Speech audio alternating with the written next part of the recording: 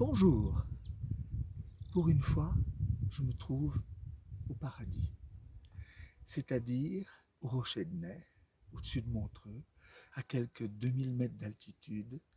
et je trouve que c'est un endroit tout à fait idéal pour présenter mon dernier livre consacré au grand Émile Jacques Dalcroze, Le chantre de la joie,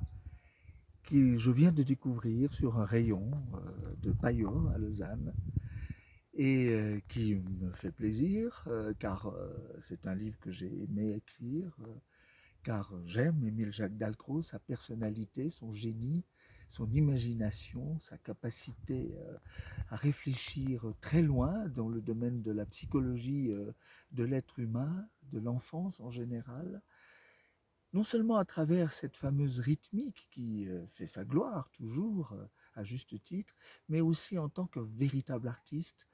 et homme de réflexion. Il suffit de lire tous ses textes, notamment ses fameux souvenirs publiés en 1942, dans lesquels j'ai puisé nombre d'apophthegmes, comme l'on dit, de considérations, de pensées qui sont toutes plus merveilleuses les unes que les autres. Sa correspondance aussi avec le grand metteur en scène Adolphe Appia. Alors, par exemple, je pourrais, en feuilletant, vous en citer une qui me semble très très belle. Elle correspond au chapitre consacré justement à Appia et Hodler, le peintre qui fut un grand ami d'Émile Jacques Dalcroze, où il est dit: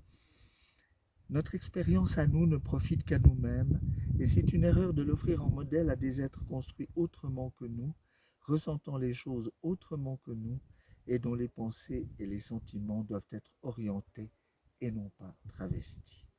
Voilà une belle pensée pour notre monde un peu désorienté. Et c'est vrai que lorsqu'on se trouve dans ce contexte, effectivement paradisiaque, où la nature est encore reine, en plus avec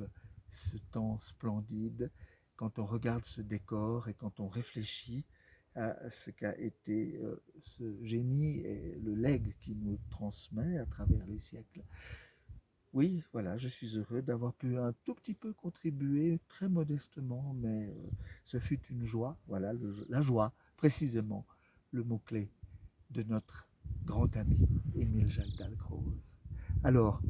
je vous encourage à vous précipiter en librairie, en tout cas en Suisse, puisque visiblement il est disponible dans les librairies Payot, à Genève, à Lausanne et certainement dans d'autres villes. Et bien sûr, en espérant aussi que vous aurez du plaisir à le lire, sinon de la joie. En une heure, je pense qu'on peut le faire. Merci.